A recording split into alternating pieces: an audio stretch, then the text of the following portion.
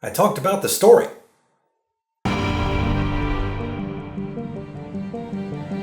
I talk about the other shit.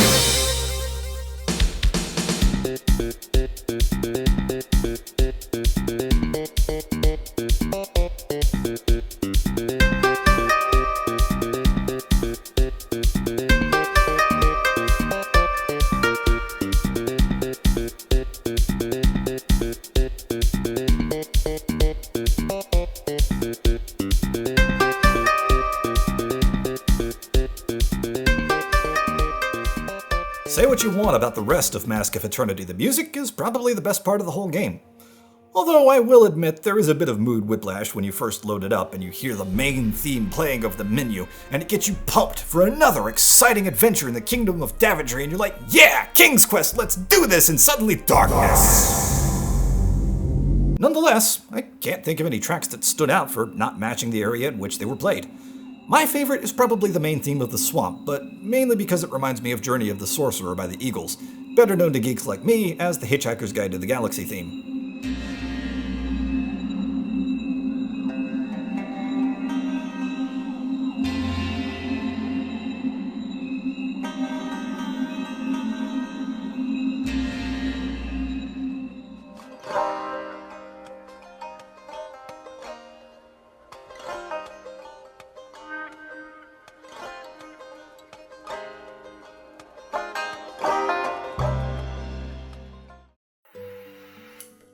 It quickly becomes apparent when playing that the mechanics aren't the only major change to the series with Mask of Eternity.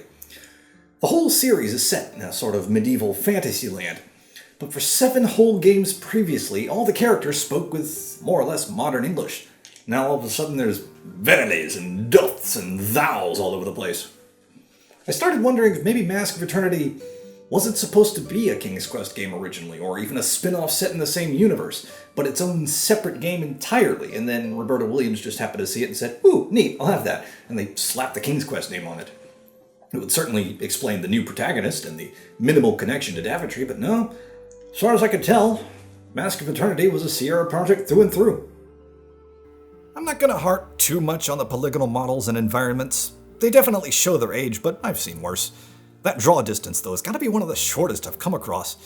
Given the story of the game, I can actually sort of forgive it in the outdoor areas, as you can pass it off as just some kind of malevolent fog that was maybe a byproduct of the evil spell let loose by their credo.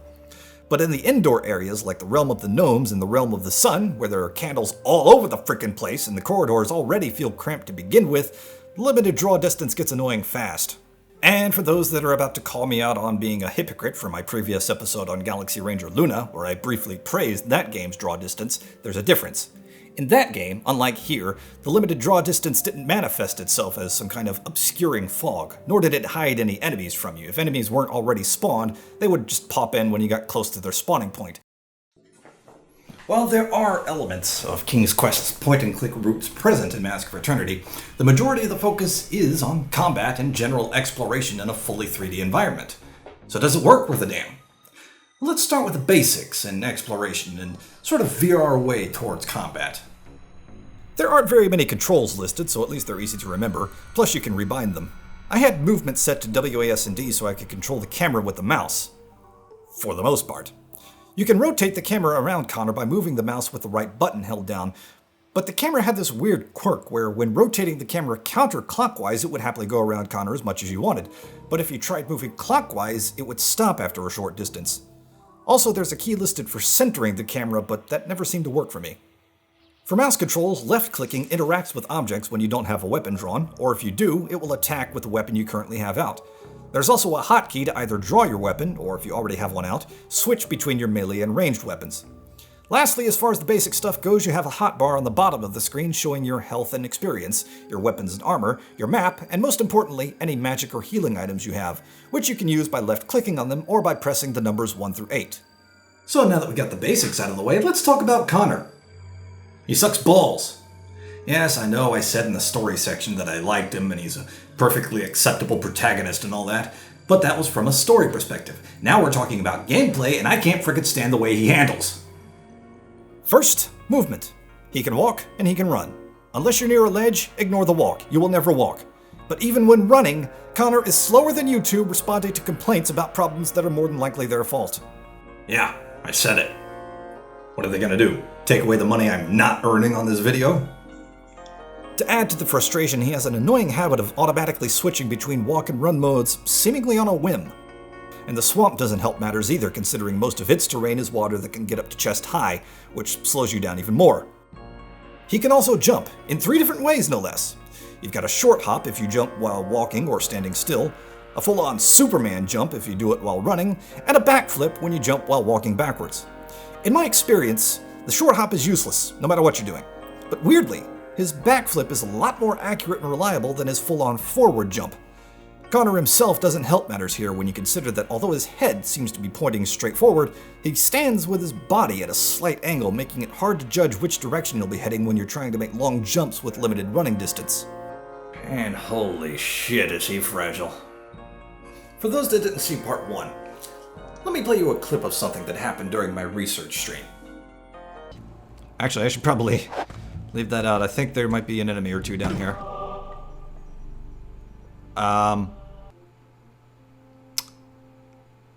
I beg your pardon?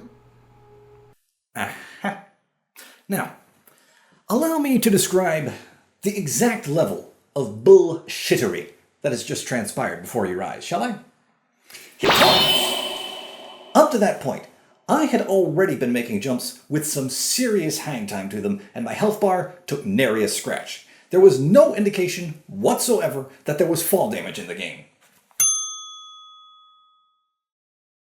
Alright, fine. But I'd gotten so many tutorial messages before that when I turned them off, they were getting annoying. Even if there were any indication... Yeah, I know, shut up already!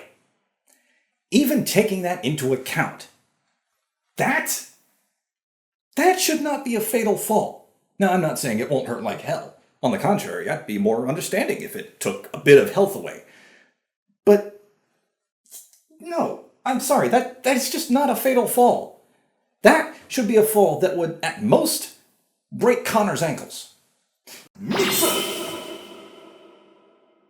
Actually, I don't have a third point. I just felt like counting to 3 loudly in Japanese.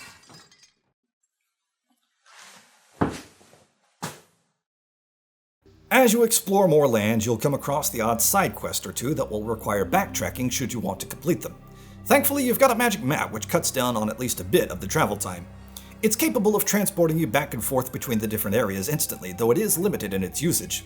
Unlike in King's Quest VI, however, where you have to be within sight of the sea for the map to work, in Mask of Eternity, you can only use the map when standing on these red portals. For the majority of my playthrough, this worked without a hitch. However, I came across a weird bug in the realm of the gnomes, where the gnome Terramancer added a new location to my map, but when I went to the map portal to try and fast travel to it, it wouldn't work, no matter where I went in the realm of the gnomes, and even after I quit and reloaded the game. I'm not exactly sure what caused the glitch, but thankfully, I was able to go back to the previous area, the swamp, and just fast travel from there. Well, now I suppose it's time to address the elephant in the magic mirror, and that is the combat, and by extension, the RPG elements in general. Mechanically, the combat itself is average. It's basically just click the thing till it dies, with either your melee or your ranged weapons, although really, unless an enemy is on the other side of a gap you can't cross or you're shooting a switch, you'll want to stick with a melee weapon, as its damage is always far, far greater than that of the ranged alternatives. You've got 4 types of healing items which restore increasing amounts of health, as well as 4 potions which will imbue you with some kind of magic effect, although the only ones I got any regular use out of were the shield potion and the strength potion, both of which do exactly what the name implies. There's also a potion of reveal, which is rarely used, but when it is, it makes invisible things visible, or in one case, makes a false door partially invisible. Lastly, there's the potion of invisibility. which I never used and put completely out of my mind after the first time I grabbed one. If I'm being perfectly honest, I can't really see the point of the experience and level system. Here's the thing, when you level up, you're supposed to feel stronger. There should be some noticeable difference in the effects of your attacks. And granted, with each new level you do gain a few points in your attack and defense stats, but you gain a lot more every time you upgrade a weapon or your armor, and there are 1 or 2 spells you can obtain that do so as well. And monsters don't respawn either, so you can't go back and kill earlier enemies to have some kind of contrast with newer monsters, or to be able to say, why, yes, I do feel stronger. Throughout my time with the game, I always felt like I was dealing and taking the same amount of damage, and that just made the combat tedious. Especially irksome when you consider that the reason the combat was put into the game in the first place was to have something to do while you were exploring. Speaking of something to do, let's talk about some of the puzzles. If I had to guess, I would say there's roughly the same amount of puzzles in Mask of Eternity as there are in any of the other King's Quest games. It's just that with the way they're spread out, and with how long it takes Connor to get his ass anywhere, even going at full peg, it just feels like they're few and far between. A lot of them amount to no more than fetch quests, but there are a few traditional point-and-click type puzzles in the mix as well. With some of them, I'll admit to not being able to figure them out, and I don't mind doing so, as it was basically a result of me not paying attention to clues slapping me in the face, but there are 1 or 2 I took exception with. The first is a minor irritation in Daventry. One of the ingredients you need for the wizard's Ring of Illumination is the Ring of a Dead Hero. We can find said dead hero outside his tomb, but clicking on the door won't open it, and Connor won't ask the ghost about his ring, even after he knows he needs it. I looked everywhere for secret switches, couldn't find any. Thankfully, somebody in the chat pointed me in the right direction. Turns out, you're supposed to attack the gate. Now at this point, the only weapons you're going to have on you are a crossbow and either a woodcutter's axe, a dagger, or your bare fists. In all fairness, who's going to be looking at a gate like that and going, a metal gate. Ain't no way they'll stand a chance against these dukes! Sir Fred Sanford of Daventry, everybody. This next example has more to do with combat, but it's also sort of puzzle-related due to the way you solve it. There's a skeleton on a tower in the Dimension of Death wearing some chainmail that you'd quite like to get your hands on, but of course you have to kill him first, which you do by knocking him backwards repeatedly until he falls off. And why is this a problem? Because of the way you kill every single monster before him. With every single enemy up to that point, including a monster I got leather armor from in similar circumstances, I killed them by repeatedly thwacking them till they dropped. So naturally, I figured that was the way to deal with this guy, and you can hardly blame me considering there were no clues to the contrary. About the only good thing that fight did, apart from yield better armor, is prepare you for the final fight with Lucreto, where you have to knock him back into a portal. But at least there, thanks to that portal, you had some kind of clue that that's what you were supposed to do to him. Here on the tower with the skeleton? Nope. No hints whatsoever that there's a different combat mechanic involved. The designers apparently had a hard-on for block jumping puzzles. This one in the swamp was confusing as hell, with no real clue as to which tiles would burn you alive and which wouldn't. This one in the Dimension of Death befuddled me as well, but this time there was a clue, I just missed it. This one in the Barrens, however, can go screw itself. You have a grid of stone blocks which are bobbing up and down and will sink into the lava at random intervals. Some of the blocks, however, will turn metallic and stay still when you jump on them, but you have to jump on them in the correct order or they'll reset. Now there is a clue to the order, so it's not that difficult to figure out, but what makes this puzzle the worst of all is that it's made 10 times worse by the combination of Connor's super slow movement and that damn camera rotation bug. So, after having to split a review into 2 videos for the first time just to detail all my thoughts on the game, where does Mask of Eternity go on that wall? Well, is it a good King's Quest game? Nah, not really. If it were the first game in the series, or if the shift to this style of gameplay were more gradual over the course of the previous titles, it might not be that bad, but it's just too radical a change. But we don't care whether it's a good King's Quest game or not. What we're here to find out is it a good game overall? Well, the story's not that bad, but it's not that exceptional either. It's just kind of average. But I never got bored by it, helped both by excellent acting and the fact that you never got too much story at once. Again, I would have liked to have seen more evidence of the mask's destruction being felt throughout the entire game world. And something else I'd like to have seen more of. Shops. You build up a whole hoard of gold throughout the entire game thinking you're going to come across one, and when you eventually do, only one world has anything worth buying. The combat is effective, but very basic, and with a pointless level system, it just feels samey, and for all the good your stat upgrades do, you might as well have been fighting through the whole game with just one weapon rather than the plethora that you go through.